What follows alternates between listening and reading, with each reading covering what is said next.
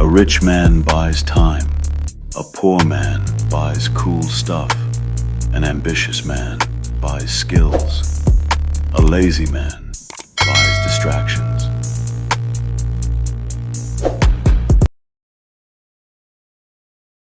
Welcome to the Amazing Legacy Show.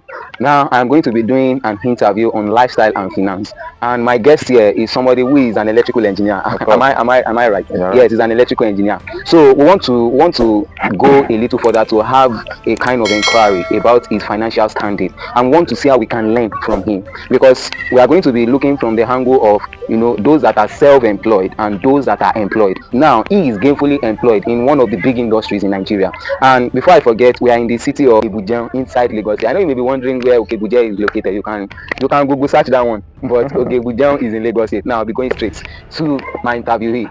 So, Mr. Joseph, can you please introduce yourself to the viewers out there? All right, my name is Ogunlano Joseph. I am an electrical engineer. I hail from Ondo State, Okakoko precisely. What I do for living is I work as an electrical engineer in a company, and nothing much. A married man. With that status, thank you so much. Okay, so I want to ask you some financial questions, and I would love to know about your lifestyle, your financial lifestyle, with the situation of things in Nigeria. How are you coping with the situation of things? Can you say that the salary you are earning right now is proportional to the way you are living right now? What can you say about that, sir? All right, so far so good. It has not been easy. It has not been easy. To the past government that left the government seat, it was kind of easy then, even with the little salary we earned then. But left to the new government, it has come with a hardship. Let us call a spade, right? But financially, it is not easy with salary alone. Yeah, it's not easy with salary alone. But for me, I've been trying to navigate my way out of life. As a Nigerian, when you see the hardship and with your brain working 99.9%, you should be able to navigate your way out in Nigeria, even with the hardship, right? Okay, so are you trying to tell me that you are not totally reliant on one stream of income, which is salary? That means you have multiple streams of income. It's not multiple, it's not multiple, but I have something else that I am doing. I also do that's wiring for people. Wow, that's good. That's good. I'm into conduit installation and surface installations. I also do solar. I work as an electrical installations. I work as a conduit installations and surface installations. I also do solar installation as well. You see, salary can never be enough, no matter how much they are paying you, most especially in Nigeria here. If you said salary is enough for you, you are deceiving yourself, right? Even if you are earning 400,000 naira, 500,000 naira in Nigeria, the more you earn, the more your bills also rise. Accumulate. Yes, accumulate. Okay. Thank you. Okay, thank you so very much. I think I get it now. What you are trying to make us understand that as individuals, we should not be totally reliant on just salary alone. You should not. Why? Because salary is just a particular stream of income that cannot help you navigate your everyday need with respect to the present economic challenge and situation. Exactly. Now, which means that in respect to that, you have another stream of income that is related to your profession. Exactly. Now, I want to ask a question. How have you been coping with your being employed and you being a self-employed? How are you coping with these two businesses? For instance, you have a customer that wants you to come and fix a problem, probably on a Tuesday, and you are at work at that Tuesday. How do you navigate these things? How do you solve this? Okay, all right. I know my customers, and my customers also know me. Okay.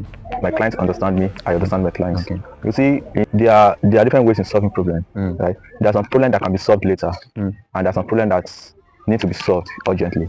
Right? If it's a problem that needs to be solved urgently, if it is for me to come over, I will come over to solve it. If it's a later problem, I will discuss with my clients and put it later in the weekend, right?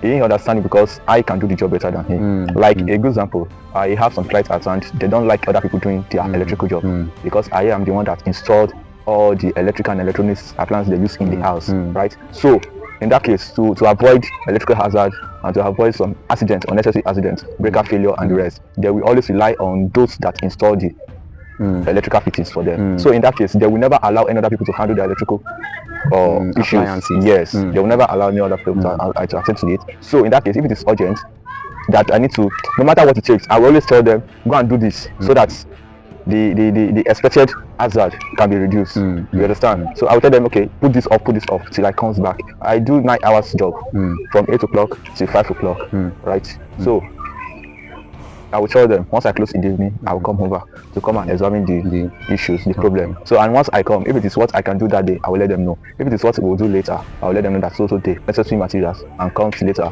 to come and fit it for them. Okay, thank you so much. So if I understand very well, if you want to be a good, or you want to combine being a self-employed electrical engineer and also a gainfully employed electrical engineer, one thing you must have is relationship with your clients. That means as a business person, it is important that you develop a good relationship, because when you develop a good relationship, you can easily call your client and tell your clients that, okay, you know what, is this issue urgent, is it not urgent, can I come back and do it? Then if they said, okay, you can come back and do it, then they trust, because they trust you. Are you getting it? It makes it so easy for them, and they want to always come back and meet you. Then another thing I learned from what you are saying is that as a business person, another thing you must have is what we call value. Because from what you have just said, you said there are times that you are the one that did the installations for them, and they don't want another person. Why? Because they don't trust the person, and the person may do a damage to their electrical network, which may have an adverse effect on their buildings or whatever the case. So I think that is what knowing that as a business person, you have to always put value in your business, and you have to also develop a very sound relationship, which makes it easy for you that at any point in time you can tell your customers that, okay, you know what, I'm going to do it for you so time, and because they know that you give value, they can easily wait, or the job can wait. So another thing I want to ask is, has there been any particular time when, I know this question is going to sound funny, but I think I need to ask this question, has there been any particular time when you have been broke?